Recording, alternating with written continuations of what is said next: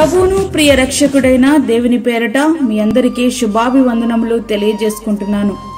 Jesus new creation ministries ద్వారా ఈ రీతిగా ప్రతిరోజు అనుదిన ఆహారమును మీకు అందించుటకు దేవుడిస్తున్నటువంటి కృపను బట్టి దేవునికి ఎనలేని కృతజ్ఞతలు. వాక్య ధ్యానంలోనికి మనం వెళ్దాము. 2వ రాజుల గ్రంథము 20వ అధ్యాయము 3వ వచనం. యెహోవా యథార్థ హృదయుడనై సత్యముతో నీ సన్నిధిని నేనెట్లు నడుచుకుంటునో, నీ దృష్టికి అనుకూలముగా సమస్తమును నేనెట్లు జరిగించుతునో కృపతో జ్ఞాపకము చేసుకొనమని హిజ్కియా కన్నీళ్లు విడుచుచు యెహోవాను ప్రార్థించెను. ప్రార్థన ఎంత శక్తివంతమైనదంటే దేవుని ప్రణాళికను సైతం మార్చగలదు. హిజ్కియాకు మరణ శాసనం సిద్ధపరచబడింది. అయితే హిజ్కియా ప్రార్థన దేవుడు తీసుకున్న నిర్ణయాన్ని సైతం మార్చగలిగింది. మరణ శాసనం జీవ శాసనముగా మార్చబడింది.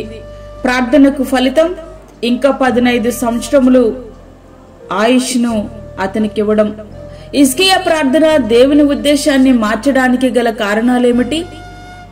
హిజ్కియా యథార్థ హృదయుడు, ప్రతి పరిస్థితి యందు దేవునికి నమ్మకముగా జీవించినవాడు. యథార్థత అంటే ఏమిటి? నీవు నీ ఇంట్లో ఉన్నప్పుడు ఎట్లా సత్ప్రవర్తన కలిగి జీవిస్తావో అట్లనే ఇంటికి చాలా దూరముగా ఉండి నీ వాళ్ళు కూడా ఎవ్వరూ లేనటువంటి పరిస్థితులలో పాపము చేయడానికి అన్ని పరిస్థితులు నీకు అనుకూలంగా ఉన్నప్పుడు వాటి జోలికి పోకుండా నీ ఇంట్లో ఉన్నట్లుగానే నీ ప్రవర్తన నీవు కాపాడుకోవడం, అదే యథార్థత. మరి ఇటువంటి యథార్థతను నీవు కలిగి ఉన్నావా? హిజ్కియా సత్యమును అనుసరించినవాడు. సత్యం అంటే ఏమిటి?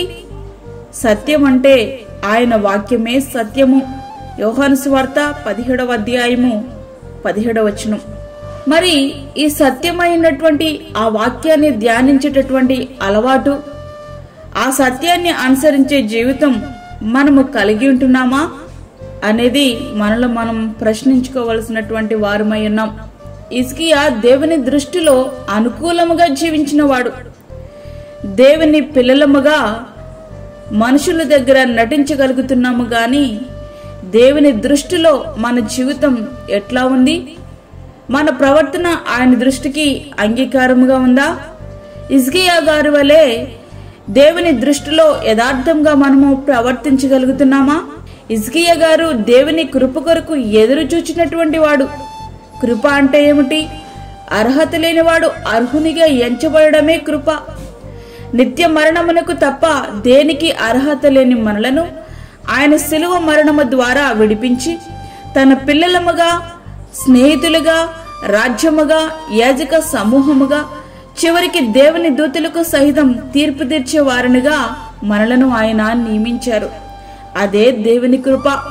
ఆయన కృప కొరకు ఎదురు చూసేటటువంటి అనుభవం, ఆ కృపను బట్టి ఆయనను ఆరాధించే అనుభవం ఎల్లప్పుడూ మనము కలిగి ఉండాలి. హిజ్కియా గారు కన్నీటితో ప్రార్థించినవాడు. ప్రియ స్నేహితుడా, వాక్యం ఉంటున్నటువంటి ప్రియ దేవుని బిడ్డ, నీ కన్నీళ్లు తుడవబడాలి అనంటే కన్నీటి ప్రార్థనే శరణ్యం.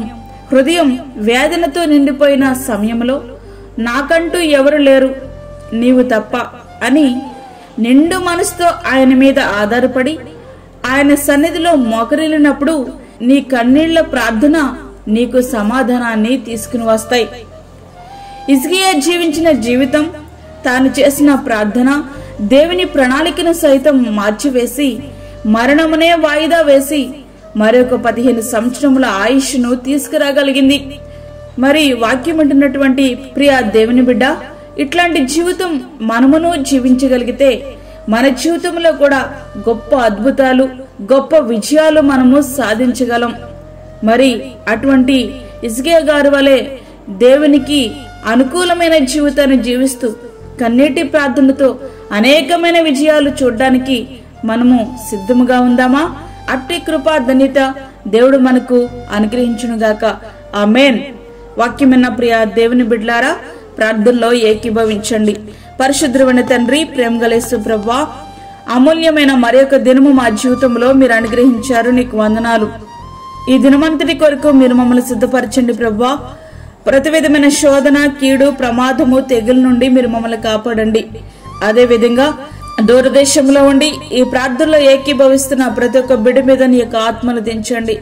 ఎవరైతే ఇంకనూ యథార్థమైన హృదయము కలిగి ఉండలేకపోతున్నారో వారిని మీరు దర్శించండి.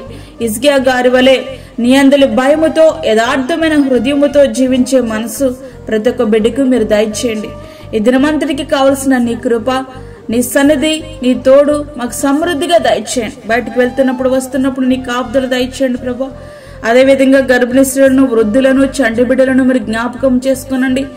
గర్భఫలము లేని బిడ్డలకు గర్భఫలము దయచేయండి. అప్పుల బాధల చేత ప్రభా కన్నీటితో నీ పాదాలు కడుగుతున్న ప్రతి ఒక్క బిడ్డ యొక్క కన్నీరు మీరు తొడవండి నాయన. నీకు స్తోత్రములు. మీరే మాకు తోడుగా ఉండి ఇది నమంతటికి కావలసిన నీ కృప సమృద్ధిగా మాకు దయచేయమని, మాకు కాదు యెహోవా, మాకు కాదు, సమస్త మహిమ ప్రభావాలు మీకే ఆరోపించుకుంటూ యేసు పరిశుద్ధ నామమున అడిగి వేడుకుంటున్నాము తండ్రి, ఆమేన్.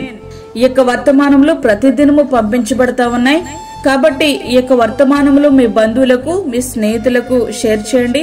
దేవుని సేవలో మీరు కూడా పాలిభాగస్తులు కండి. అదే విధంగా మీ ప్రార్థన అవసరతలు మాకు తెలియచేయండి. మా ఫోన్ నంబర్ 9177377559. దేవుడు మిమ్మును మీ కుటుంబమును దీవించునుగాక. ఆమేన్. దేవుని సేవలో మీ సహోదరి అన్నమణి సాల్మన్.